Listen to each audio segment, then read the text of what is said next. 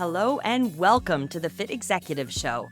Your host, Arne Wildner, lost 50 pounds himself before helping hundreds of other entrepreneurs and executives sustainably lose weight and take charge of their health. In the Fit Executive Show, you'll learn field-tested weight loss strategies and how to effectively juggle your successful life and staying fit at the same time. Please welcome your host, Arne Wildner. Hello and welcome to another episode of your favorite show, the Fit Executive Blueprint. No, that's actually not the name, right? Fit Executive Show. There you go. The Fit Executive Blueprint is my book. Yeah, if you shameless plug.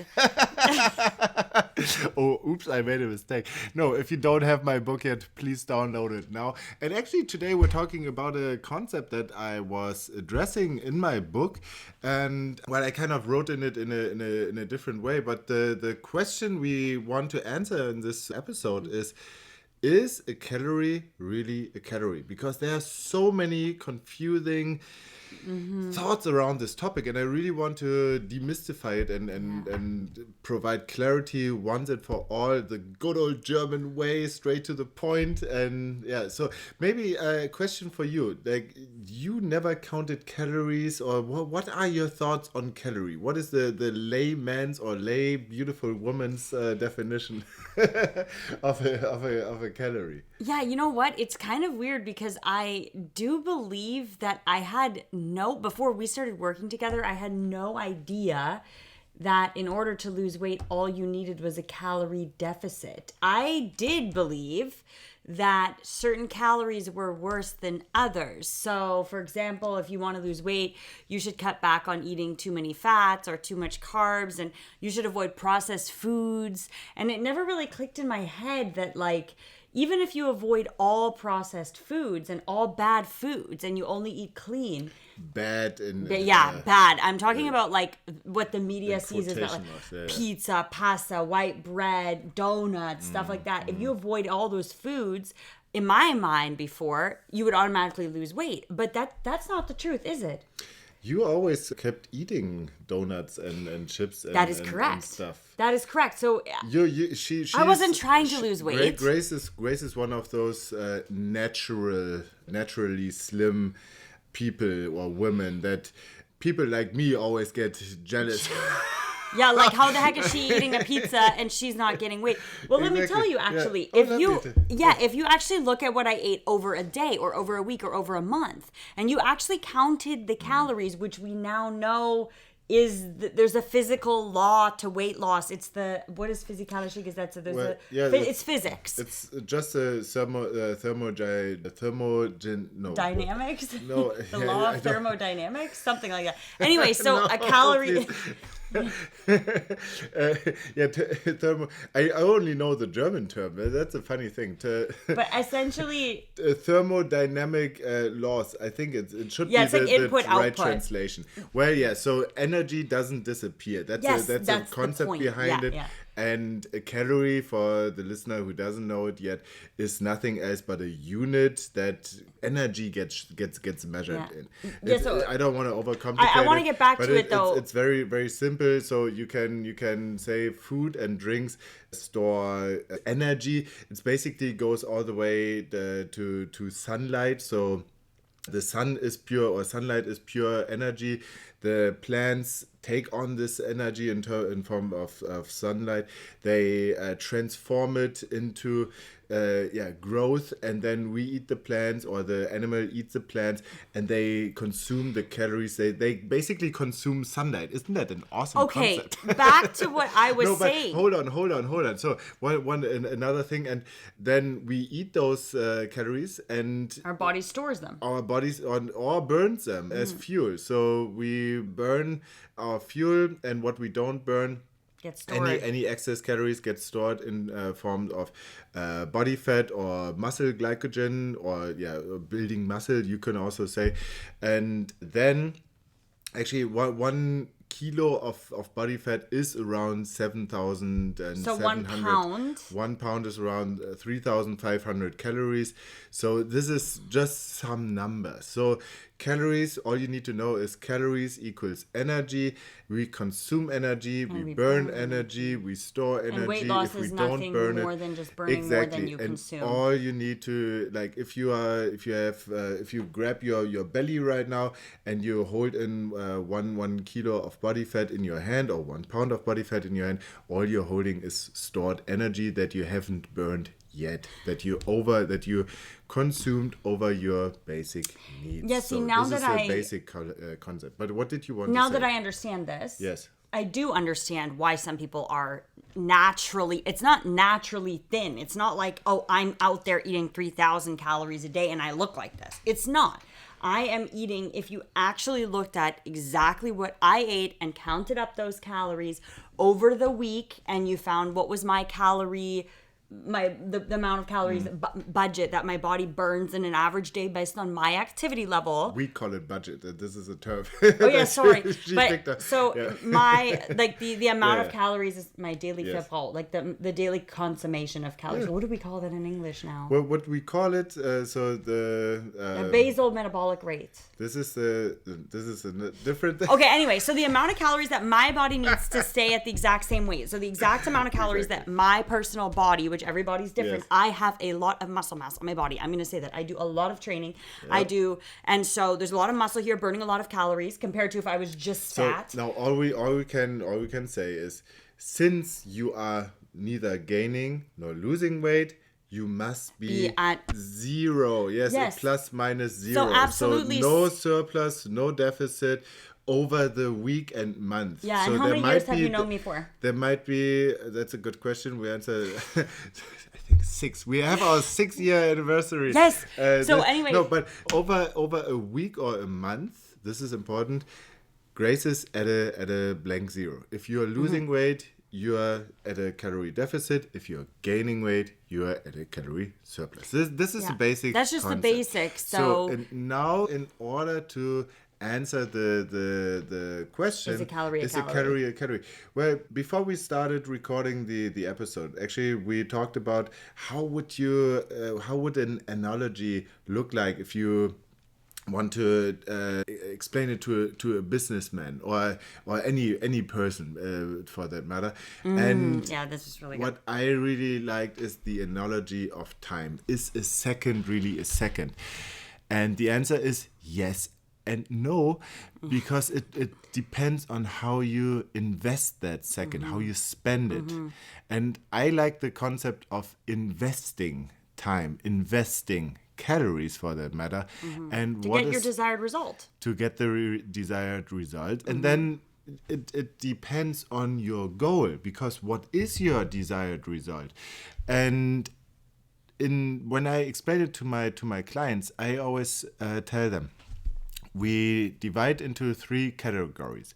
So first of all, we divide into fun per calorie, because weight loss needs to be fun, and if you're sacrificing the foods that you love, then it is not sustainable. I couldn't live without. Let's be honest about it. Chips. I love chips. For example, I couldn't live without cheesecake. I couldn't live without craft beer. I'm not having stuffing my face with cheesecake and beer every day. But it's something that you want in your life. Exactly. But I know how to balance it out. And I didn't know previously in my earlier life, I was overweight. I was more than 220 pounds, and I was really chubby and unfit, and this is because I didn't know these concepts. I grew up and I just it was a horrible nutrition philosophy my parents had, because I think, and this might apply to the United States as well. I grew up in Germany, and my parents grew up in the 50s and 60s, and that was the post-war era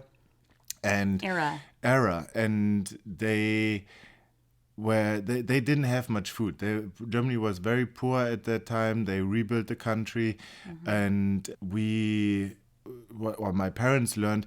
So you have to clean your plate. You have to really eat everything on it, because my grandparents were like, we don't know when it's time. I'm not sure if they said it that way, but There was a scarcity mindset it around was a food. scarcity mindset. We don't know, like we had to eat the mold on the bread and in order to survive and stuff like that. So this is what they taught their children. And that's what And you this learned. is You what absorbed that. what I learned too. And then it was like Germany became rich because of the help of the United States as well in the 60s and 70s. And then it was like, oh, luxury. We have all this amount of food. Let's eat. And people gained weight. And I think this was kind of the same in the States as well, maybe. that people had so much food and it was a display of wealth and luxury, and then they didn't have to work physically, they worked mentally. And then convenience food came. They sat, and then they got heavier and heavier over time. And for me, my education around food was like non-existent. I didn't know about vitamins. I didn't know about macronutrients like proteins, fats, and carbs. I didn't know about calories. Like I just ate what was tasty. I ate until I was overly full, because what my parents did was like, you have to eat everything that's on the table, and it wasn't always tasty, to be honest. And I was a very picky eater, but I had to eat what was on the plate in order to get the dessert, and I really wanted the dessert. So I detrained my hunger signals, and I did not learn how to stop when I'm full. I also didn't serve my own plate. And for what I know from Grace's family is they put everything on the table. She has 3 sisters. They are all naturally lean, and they just eat how much they want. We've always served our own plates, made our own plates since we were young. We just picked whatever we wanted to eat. No one forced you to finish it even. No. And you could have seconds, you could have, so this is how they learn to eat until they're full. And I think this is why naturally lean people are naturally lean, because they eat until they are full. They eat the cookie, but they also eat the carrot and the fish. Yeah. And There's then also... Grace is also super active. She is running around constantly, and this is also burning a lot more calories than someone who's just sitting on the desk the whole day.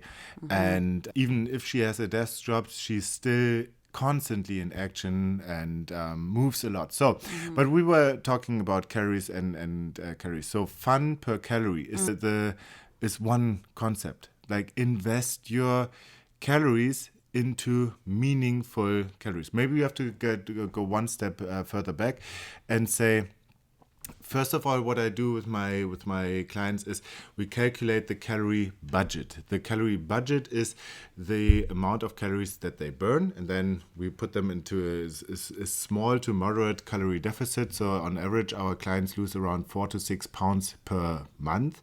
So that would be a deficit of how many? Around 300 to 600 calories per day. And this is the amount of calories that you don't really notice. Many people, when they diet, me included, when I started dieting, I tried to get it down as fast as I possibly could. And I went into a huge calorie deficit, a so-called crash diet.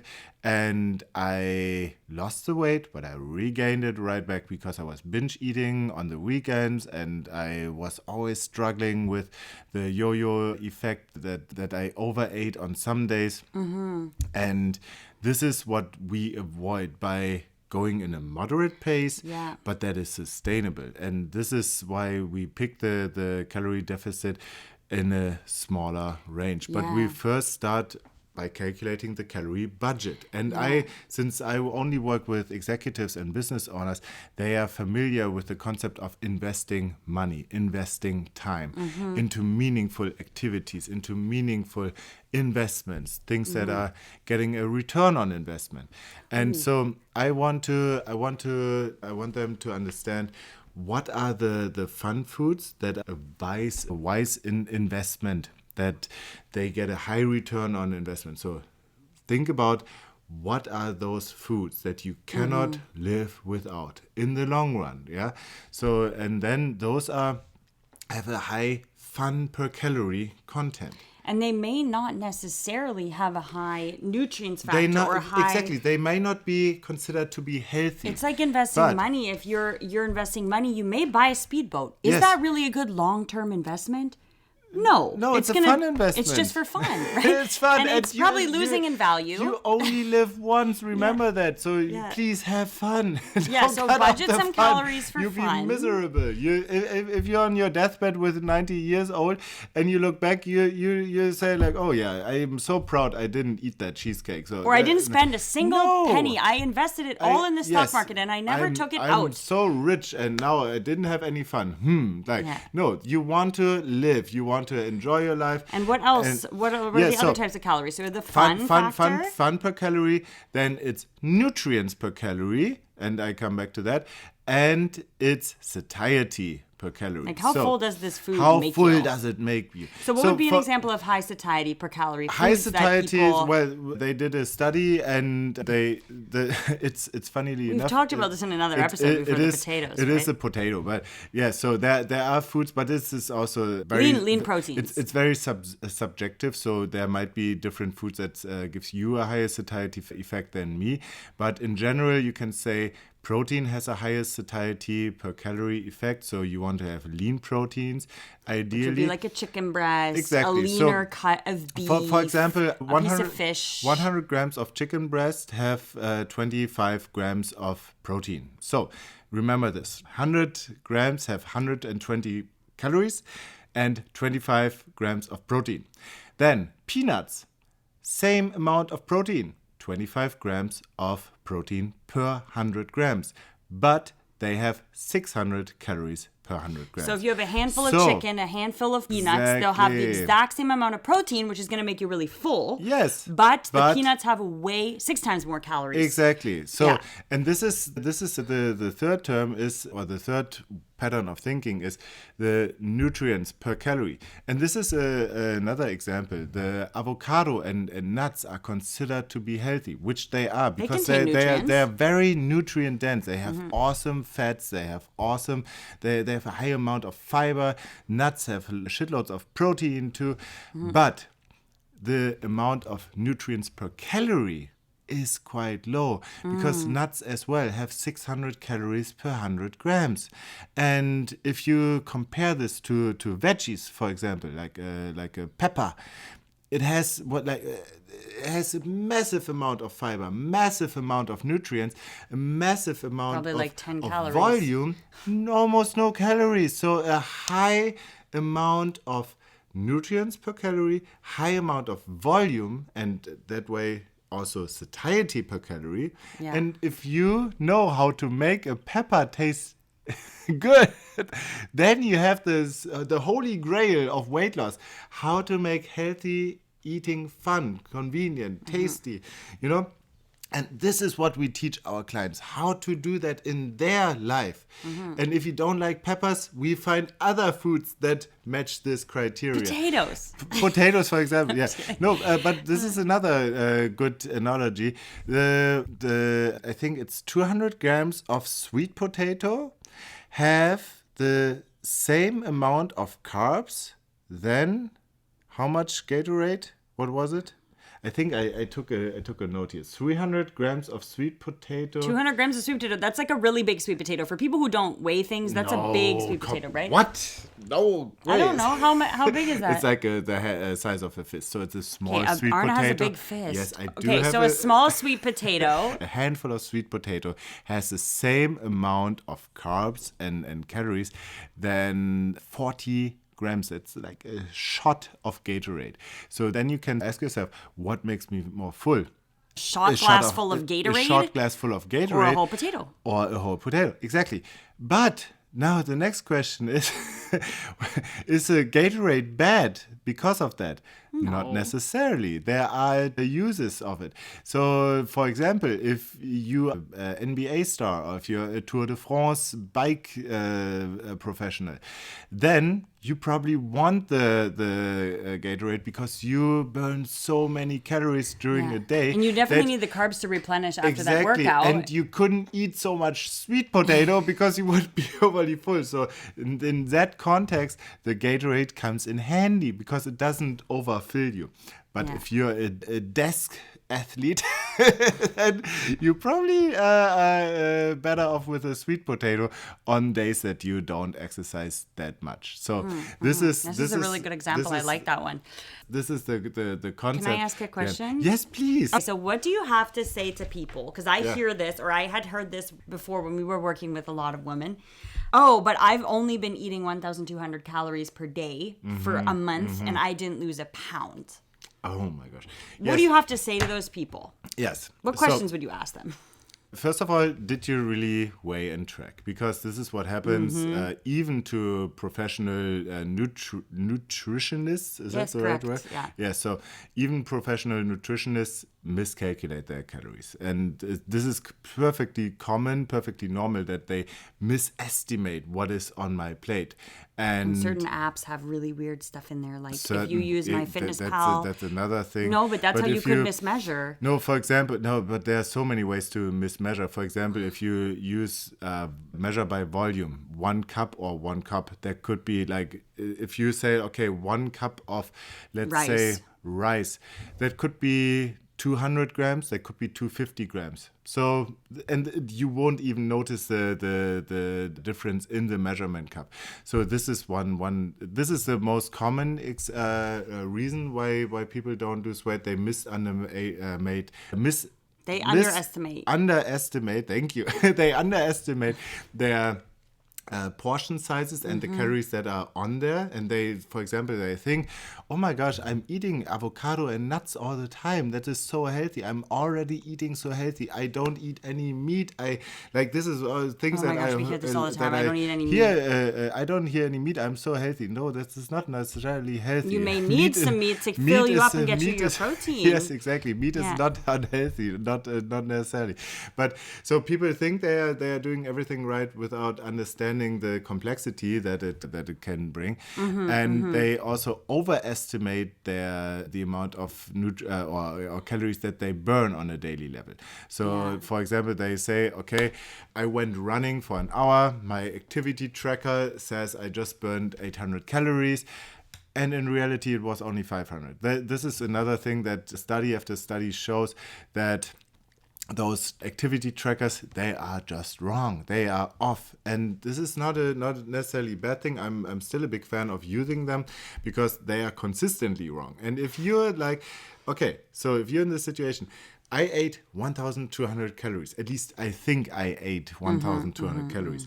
And I did not gain a single pound, or I didn't lose a pound. Then we would look at the measurements as well, because for many of my clients, what happens is they start eating more protein, they start lifting weights, they start being more active, and they don't lose as much weight as they did on previous diets because they gain muscle at the same time. And maybe their body's retenting water. One second, could be something. Yeah, but the muscles weigh a lot, and the muscles they put on usually at the chest, on the arms, the shoulders, the back, where we want them to be, the legs obviously. And then if we look at the measurements, the belly gets smaller, the chest gets wider. This is exactly what we want, and I'm not worried. I'm happy if the scale doesn't move, because that means that we're losing fat in the same speed that we're building muscle. This is a perfect ideal scenario of a body recomposition. So this is the next thing I would ask the lady who is eating 1,200 calories. Are you taking your measurements? Are you tracking your body measurements? What for ladies would ask, where are you at in your cycle? And this doesn't apply to men, but there are so many factors we need to consider. And if we checked all of those boxes, if we ask all the right questions, and if we know that it's 1,200 calories, we know that no body fat has gone and no muscle has been put on, then I would say, okay, then all that means is you are burning 1,200 calories per day. If you eat 1,200 calories, and you burn 1,200 calories, then the scale doesn't move. And it doesn't matter how many calories you eat. If you want to lose body fat, you need to lower your calorie intake or increase your calorie output in order to lose the weight. Another thing I wanted to mention on this point was that a lot of people say that we've heard that, I've been doing everything right, but nothing is happening. You've heard that before too, right? Sometimes. Oh, of course, yeah. Yeah. And then you're not doing, this is the definition of not doing everything right. I'm sorry. Go back to the last episode about taking responsibility and take responsibility for the situation. Take the responsibility for your results. So listen, okay, but I would also say to them, ask them, rather, are you doing that 7 out of 7 days? And in the last month, is it possible that you had 1 or 2 days where, if 1,200 is a large deficit compared to what your body's used to at maintenance, you may have days when you are having Heißhungerattacke, which would be the binge eating. Eating. No, not necessarily binge eating, but this is another thing that often happens in practice that I did myself. I'm guilty as charged here. I did that myself earlier in the days when I was trying to lose weight. I lived like a monk. What I mean is I was very strict and restrictive, and I was counting calories. And then at the weekend, I was like, let's go. Saturday. What did that guy call it? Oh, me and my wife, we just do Saturday. Okay, the question is, do you know how many calories you ate on Saturday? Because that could have undone everything you did the rest of the week. Simple example, if you burn around 2,000 calories per day on average, and you eat 1,500 from Monday to Thursday, and then on 3 days of the week, you eat 3,000 calories, then I call it you tear down with your butt what you have built with your hands. Okay? So you build with your hands. During the week, you were perfectly consistent, but then the weekend came and boof. Those are all the things that I see. But the initial question was, is a calorie really a calorie? Yeah. And the answer is yes and no. And technically, yes. Next time you ask yourself this question, ask yourself and do the time analogy, a second spent on or invested into building your business, like writing ads or meeting mentors. Or hiring someone who's going to really take a load of work off your plate. This is exactly like high value activities. It's still a second, it's still an hour, but it's completely differently, spent differently, and the return on investment is completely differently. And if you take this concept onto the calories, then a calorie is not necessarily a calorie. There are things that taste great. They have a high fun per calorie content. There are things that make you fuller than others. They have a high satiety per calorie index. And there are things that have shitloads of nutrients like veggies, or also healthy fats in fatty fish, for example. And they have a high nutrient per calorie density. So think about the density of your time, of your and the return on investment you get on your time, on your money, and also on your calories. In my book, The Fit Executive Blueprint, there's a chapter, The Wise Investor, and I also I actually talk about investing calories and how to invest calories. You learn all about that, and if you want to find out more, you can download it at Grace. Fitexecutive.co/book. Yes, fitexecutive.co/book. And you can also book a call with me at fitexecutive.co/ on from the homepage. Oh, just from the homepage. So if you want to find out you have more, to click a button, but I think you'll figure it out. All right. Awesome. So there we go. So if you know, what we do is we offer a free initial consultation where we sit down with you, take a look at your situation, at your goals, at how many calories you burn, and we come up with a step-by-step investment plan for your calories. Yes. And how to spend the calories, like how to burn them. We come up with a activity plan, with a nutrition plan. And you can take that plan and run with it, or you can hire us as your beloved mentors, and we help you achieve your financial goals. Advisor for your calories. Yes, no, you have. This is so funny. Like people have an accountant, people have a lawyer, but they still try to lose weight by themselves. We are your calorie accountant, and we hold you accountable. So get out there, buy that boat. Achieve your goals. Yeah, buy that boat, but don't forget to invest in ETFs as well. Like we say with the calories. Exactly. Enjoy your cheesecake, but don't forget to eat some great lean protein and eat some veggies. Awesome. Get those nutrients and have a great day. Couldn't have said it any better. So take care. Bye-bye. Bye-bye. And that's it for today's show. Thank you for spending your valuable time with us. If you want to lose weight but don't want to do it all by yourself, go to arniewildner.com/call and book an appointment for a free 15-minute phone call with us where we'll look at your situation, your obstacles, and your goals to find out if and how we can help you.